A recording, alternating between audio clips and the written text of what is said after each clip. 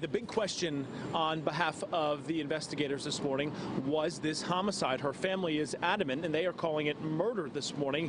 It happened after this woman came to this apartment building to get plastic surgery, but it turns out someone who performed that procedure botched that butt lift, and she ended up dying just a few days later.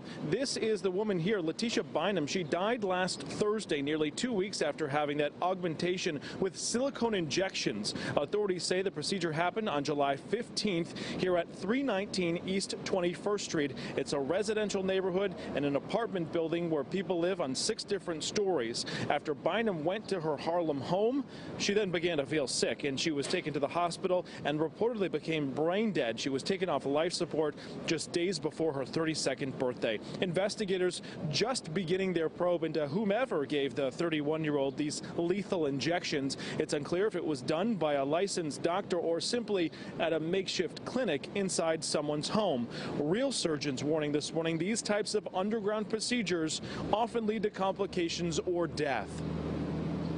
Silicone injections into the buttocks is not FDA approved. So when you hear stories about someone getting injections and they immediately go into distress and then ultimately die, that's what we first think of, an embolism or a clot of the material that went into the lungs and stopped their breathing and stopped their heart.